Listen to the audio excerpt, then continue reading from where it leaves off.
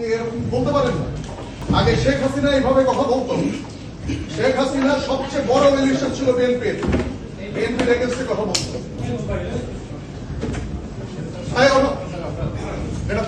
চাঁদাবাজদের বিরুদ্ধে সবসময় আমাদের কথা বললো, যারা চাঁদাবাজ, যারা লম্বাবাজ, আমাকে একটু কথা বলতে এটা তো স্বাধীনতা হইল না। আমরা তো আপনাদের কাছ থেকে কিভাবে শেখাবেন আপনারা? আপনারা কিভাবে শিষ্টাচার শেখাবেন? আমরা তো জানি না সেখানে কবে কথাবার্তা বলা হয়। মিনিমাম যদি আপনার আমরা তো জানি না এই প্রোগ্রামে কথা বলা হয়। একজন কথা বললে আরেকজন কথা বলে যাবে না এখানে। এই ভদ্রতাকে এখানে আমরা জানতাম না। যারা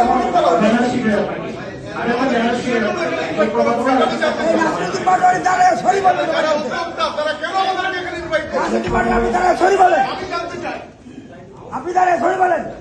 একজন কথা বললে আরেকজন কথা বলবেন। আপনি বললেন আপনার কাছে আমাদের কেন এখানে